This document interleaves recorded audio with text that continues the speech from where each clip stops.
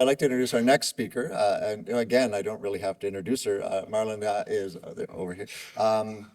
She's also a superstar in the PBC world. It's amazing to get two superstars like that in a row to talk, and so we're just thrilled that she's gonna talk about am I on the right track? Checking my liver and my symptoms. So, welcome, Mary.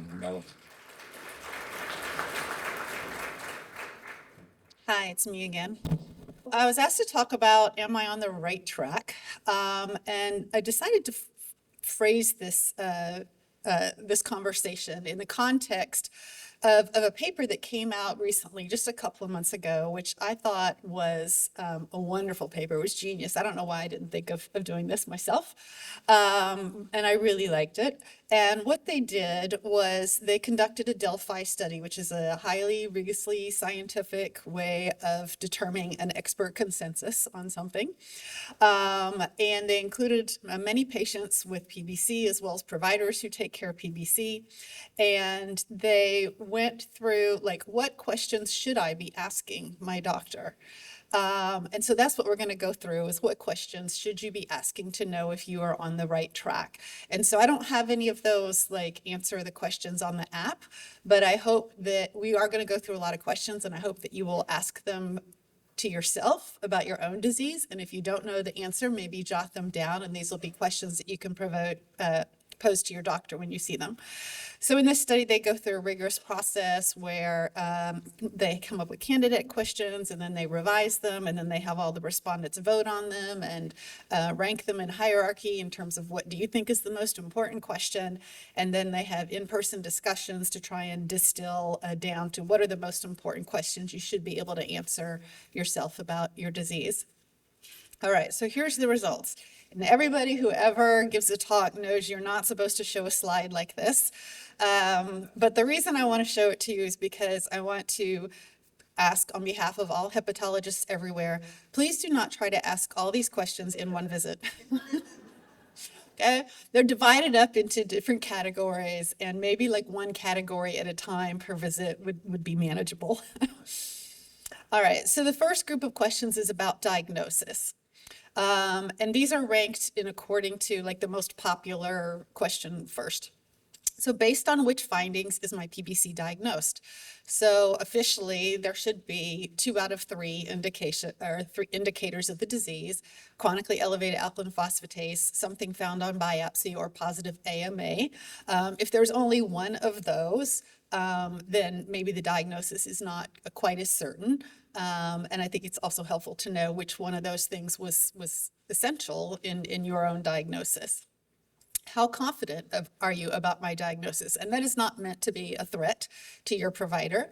I certainly know there are patients in whom I'm extremely confident that they have PBC. And then there are others where honestly, I'm like, well, I think that's what it is, but there's a lot of gray area here. And I'll be honest, it could be X, Y, or Z, but we're going to treat it like PBC and see what happens.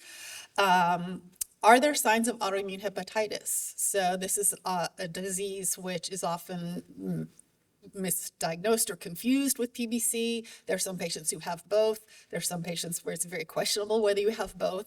And it's an important discussion to have with your provider. Okay. Have alternative diagnoses been sufficiently excluded? Also a very important question. Sometimes patients can have just a positive AMA and at a low titer and nothing else, and it's not really PBC. They turn out to have fatty liver or something else. And it's imperative that those other diagnoses be adequately excluded.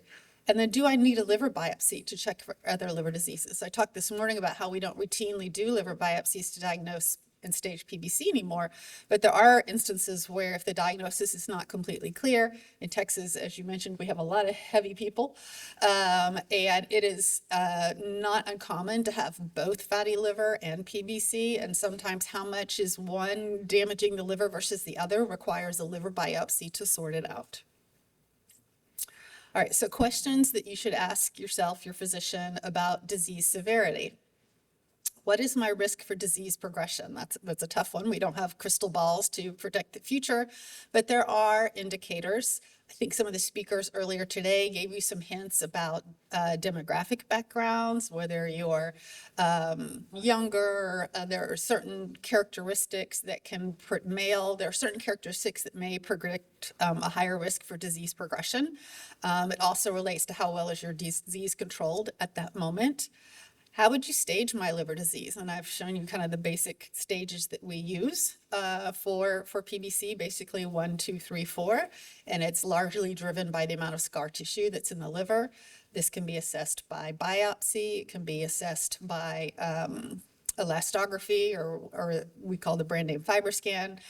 There are different technologies to assess this, but really your physician and you should know where you stand. I'm always amazed. Sometimes I'll see patients and they've been diagnosed elsewhere and they've had a biopsy, and I'm like, well, what stage are you? They have no idea. But I think to empower yourself, you should know what stage your doctor thinks you're at. And sometimes the data are a little conflicting and they're not sure, and that's okay. Do I have cirrhosis? That's an important thing to know, because if you have cirrhosis, then the risk of liver cancer goes up, and there are certain tests that need to be done at regular intervals. This is a tough one to ask, but it's important. Is my PBC currently affecting my life expectancy? So, and that plays into the decision. We've talked a lot about second-line therapies at this meeting and all these new drugs coming out, and that plays a role in whether it's a good idea to pursue some of those. If the PBC, if you may be feeling great now, but what is it, the impact on your life expectancy 10, 15 years down the road? There are a number of tools that physicians can use. You have access to them on the internet. There's the global PBC score, the UK PBC score. A lot of these scores are based on lab results. To see whether there's any impact of the disease in the next sort of decade on your life expectancy. Do I need a liver transplant in the near future? That's not something you want to be surprised to hear when you walk in the door. Oh, I'm going to refer you for liver transplant today. It's something that you should be aware of and expecting, like, oh, I do think that's going to come down the road, maybe in 5 years, or I don't see that happening whatsoever. It's a good conversation to have with your physician. Is it needed to consult a PBC expert based on my blood tests and or symptoms? Again, this is not meant to be a challenge to your physician, but physicians, many gastroenterologists and GPs are comfortable managing the basics of PBC, but maybe after a while, if the symptoms are still problematic or the blood tests are still abnormal and they're not comfortable at that point, that may be the point to be referred on to a tertiary or a quaternary care center. And don't be afraid to ask for that. I sat earlier at the table and we were talking about people's journeys for PBC, and it's very clear that people who advocate for themselves are the ones who do the best. So don't forget to advocate for yourself. And do I need any monitoring for complications of cirrhosis? So patients who have cirrhosis should be getting regular testing to screen for hepatocellular carcinoma and maybe for varices, but there are things that need to be done. Okay, symptoms questions. What are the options to treat my pruritus? We heard a lovely talk earlier about pruritus and the different drugs that can be used. I think as someone who treats a lot of itch and PBC, I do think it is important to have that discussion of what are all the options instead of just, oh, you itch, I'll give you this one. Because there is more than one option. And it's fair for you to expect to know what all the options are and what are all the potential side effects and have choices. What are the possible symptoms of PBC? Many of you may have just been recently diagnosed and you're here, learning a lot, and you've heard about fatigue and brain fog and itching or pruritus. But a lot of patients who've been recently diagnosed don't even know what to look for. What are the options to treat my fatigue? Again, not a lot of medications, but we've heard a lot about like the meditation and wellness, and hopefully some of these new medications that will be coming out that will be helpful. What can I do myself to reduce fatigue? This is where we get into exercise and diet and lifestyle issues. And what can I do myself to reduce Zika symptoms brain fog, and all of these. Now, some of these questions may be hard for your physician to answer because they may not have an easy answer, but that's okay. It's still important to discuss these things and learn as much as you can. Okay, monitoring. How often do I need to be monitored? And again, there's no right or wrong answer here. Some patients who have very early stage disease may only get seen once a year. Some patients who are sicker may need to be seen every few months. And it probably depends also where you are in your disease journey. If you've just changed medications, it may be more frequently. But it helps to know what your physician is expecting to do in terms of monitoring. Is it needed to consult a PBC expert based on my blood test or symptoms? I think some of these questions are duplicated. Do I need monitoring for any complications of cirrhosis? We talked about the need for screening for hepatocellular carcinoma. Are relevant tests performed to keep track of my disease? So those relevant tests are going to be alkaline phosphatase, bilirubin, albumin, platelets, I think to some degree AST and ALT. And that's reflected in the question below. Do my blood tests include these? So I know nowadays you can see your own, at least in the US, you can see your own blood test results on these online portals. So you should be able to see if you're getting these done. I usually check GGT in my patients as well. But those are ones that you can look for. And if you don't see them, say, hey, can we check this one? Do I need an ultrasound scan over time? I think most people who have non-cirrhotic liver disease, they don't necessarily repeat them. How often will you check the effect of treatment? That's how often are you going to get blood tests? I think the general consensus is around twice a year, but again, it's going to vary based on the physician. And do we need to check for liver cancer? You really only need to check for liver cancer if you have cirrhosis. The risk for getting liver cancer in early PBC is negligible to non-existent. All right, moving along. Questions for first-line treatment. Am I on the correct dose of UDCA? Is it prescribed according to my body weight? It's supposed to be 13 to 15 milligrams per kilogram, so you can do the math yourself. And I am always amazed at how many people are not on the correct dose. They are started at 300 BID, which is a gallstone dissolution dosage, and it's never changed. And people's weight changes. It goes up, it goes down, and sometimes that results in the need for changing in the dosage. So this is something you can do yourself, keep track of your dosage, make sure it's in that right range. There are studies from like the early 2000s, 1990s, showing that if you are on less than that dosage, like 12 milligrams per kilogram or less, it actually is less effective. So there's a good reason to try and target that dose. Can I take my daily dose at once? That's an interesting question. I think you will get different answers from different physicians. I know in the US, our product label says take it twice a day. Personally, I have my patients take it once a day or twice a day or 3 times a day, whatever they want. The important thing is to get the dosage in during the day, whatever works with their lifestyle. The reason I approach it that way is because it doesn't really matter what the level of the drug is in the blood. What matters is the level in the bile. And that level is undergoing this constant process of recirculation where the URSA goes from the liver into the bile, into the intestine, and then it gets reabsorbed back up to the liver, and it goes around and around and around multiple times throughout the day. And so no matter what time you take it, it's going to enter this steady state in the bile. I was at a meeting recently at DDW, and I was on a panel with 2 other gastroenterologists, and they were just debating hotly whether it should be 2 times a day or 3 times a day. And I spoke up and I said, I just once a day, whatever you can do to get it in, whatever your lifestyle allows. So I found that to be interesting. How should I dose UDCA to cope with side effects? So UDCA is a very well tolerated drug. I think we had a show of hands earlier, and most of the people in the room are on it, but not everybody. And most people have no side effects whatsoever.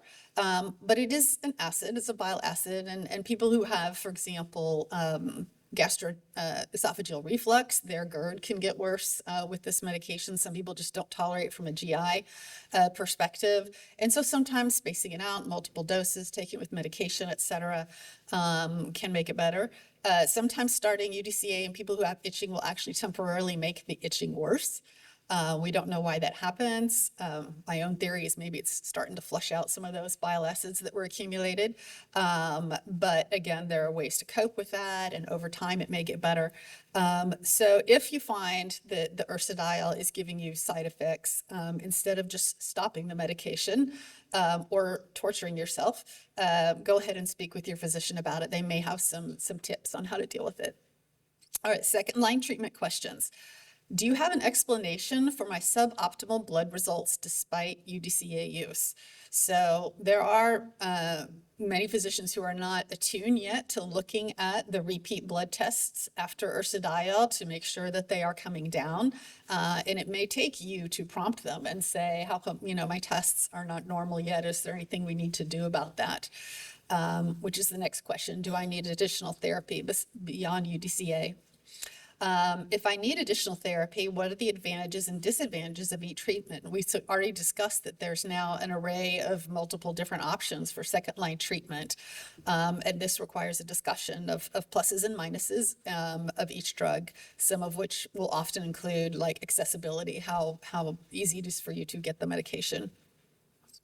And then why should I start second line treatment? Someone came up to me earlier in the meeting and said, my doctor really wants me to start on second line treatment. And all I have is a GGT that's like, a few points above the upper limit of normal. Do I really need to be on it? And that's a very valid question. So I think it's important to understand why, if your physician wants to start the second line treatment. Is my stage of liver disease affecting the choice or the dosage of second line therapies? That's a good reminder, especially with obeticholic acid, that you shouldn't be giving it at certain stages of the disease. And at certain stages of the disease, we didn't talk about it, but the dose should be lowered. We don't currently have dosage lowering recommendations for seladelpar and elafibranor, but we have very limited data in advanced stages. So more of that hopefully will come in the future. And then lastly, are there experimental therapies I can get access to? There are still a lot of clinical trials that are going on that are important not only to advance the field, but provide access to some of these medications that may be otherwise hard to get. And it may not be something that your physician immediately thinks of, or they may assume that you're not interested if you don't ask. In the section of extrahepatic disease manifestations, the questions they voted on were, should my bone health be monitored or optimized? So the easy answer is yes. The harder question is who's going to do it. So a lot of times, sometimes it's the hepatologist, sometimes it's the GP, sometimes it's the GYN. And if you don't ask, then everyone's going to assume that the other guy is doing it, and nobody does it, and that's not good. Should I be evaluated or referred for other autoimmune disorders? So there are, specialists in rheumatology that deal with Sjogren's and autoimmune arthropathies. And if you really feel like this is bothering you, you need to see another specialist. Don't be afraid to ask. And should I be evaluated for cardiovascular risk? They had a whole lecture on this yesterday. But the cardiovascular risk in PBC is still something that I'm interested in clarifying, because it's still not very clear. But certainly if you have other risk factors or family history of cardiovascular events, probably you ought to be evaluated. And sometimes we forget to do that because there's been a long history of ignoring cardiovascular risk in patients with PBC. And then at the very end, can I drink alcohol? Again, you will get very different answers from different physicians, so I'm not going to give you the correct answer for that. I think the further along your liver disease is, the higher the risk of adding alcohol. Where can I receive more information and support? So obviously the Canadian PBC Society is a wonderful resource. There are also other resources from the UK and from America. There are support sites online, and your doctor should have these references available for you. And are there restrictions for the use of medication or supplements? Again, you will get different answers from different physicians. Some will say certain supplements are okay. Others will say don't take any whatsoever. But I think it's important that you have that discussion with your physicians and that you're both honest about your opinions on it. So after they went, those were the questions that they went through and voted. And then after they had their 2 in-person meetings, this is what they distilled down to as the top 8 questions to ask your doctor and yourself. I don't know why they picked 8. Usually it's top 10, but they picked 8. And they came up with, what is my risk for liver disease progression? Do I have cirrhosis? Am I on the correct dosage of ursodeoxycholic acid? Do I need any therapy in addition to ursodeoxycholic acid? How often do I need a liver stiffness measurement over time? And that's one we didn't talk about, but we talked about it earlier today, whether it needs to be every year. I know a lot of physicians do it every year. For myself, I feel like that's overkill for somebody who has very low stiffness and normal liver tests.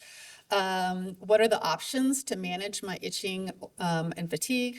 And where can I receive more information and support?